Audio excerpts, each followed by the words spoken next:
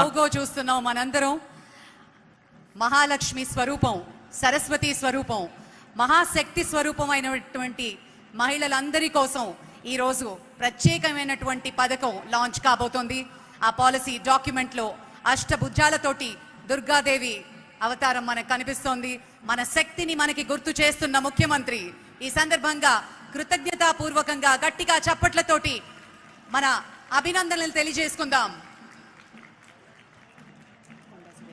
ఎక్కడమ్మా నువ్వు లేనిది, ఏమిటమ్మా నీతో సాధ్యం కానిది అన్న పాటలాగా అన్నిట్లో తామే అయిన మహిళల్ని అభినందిస్తూ గౌరవనీయులైన అటవీ పర్యావరణ శాస్త్ర సాంకేతిక శాఖ మంత్రులు శ్రీమతి కొండా సురేఖ మేడం గారి అభినందన సందేశం.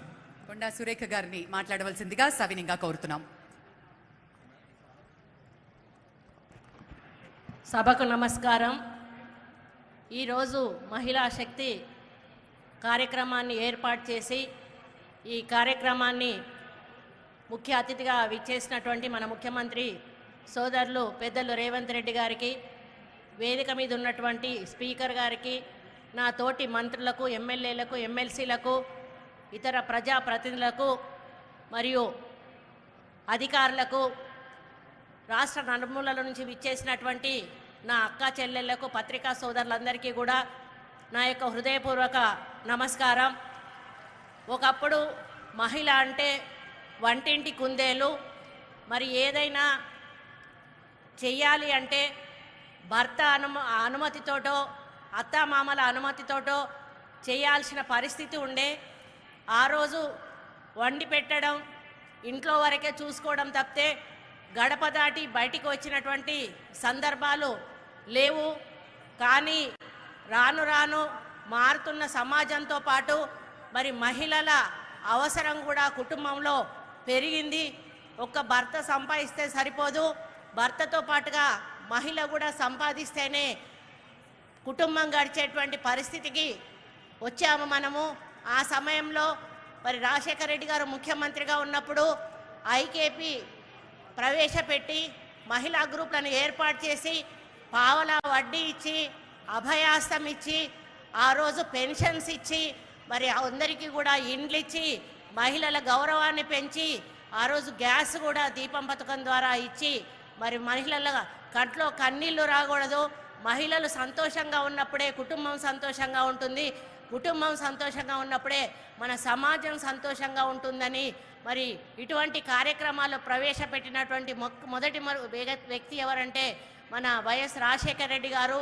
ఆనాటి కాంగ్రెస్ ప్రభుత్వం మరి తెలంగాణ రావాలని తెలంగాణ కోసం పోరాటం చేసినప్పుడు మహిళలందరూ కూడా ఇళ్లలోంచి బయటకు వచ్చి బోనాలు, బతుకమ్మలు, వంట వార్పు, ధర్నాలు, రాస్తారోకోలు అన్నింటిల్లో కూడా మగవాళ్లతో సమానంగా తెలంగాణ పోరాటంలో భాగస్వాములు అయినారు.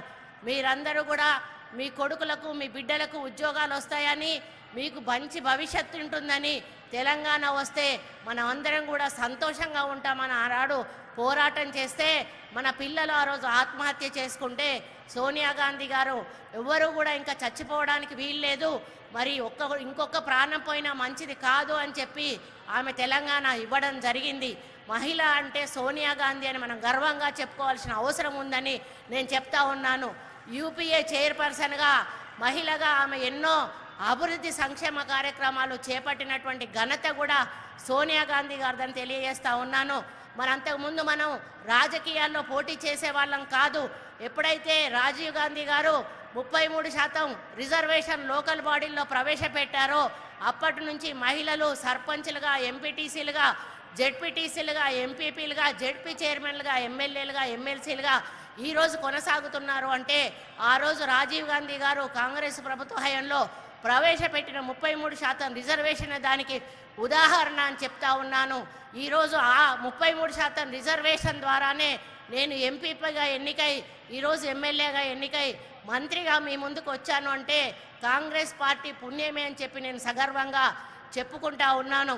కాబట్టి ఏ తెలంగాణ అయితే మనం తెచ్చుకున్నామో, ఎంతో ఆశపడ్డామో, మన పిల్లల భవిష్యత్తులు బాగుపడతాయి, మనకి ఇండ్లు వస్తాయి, మన వ్యవసాయం పండుగ అవుతుంది, మరి మనకు అన్ని సౌకర్యాలు కలుగుతాయని.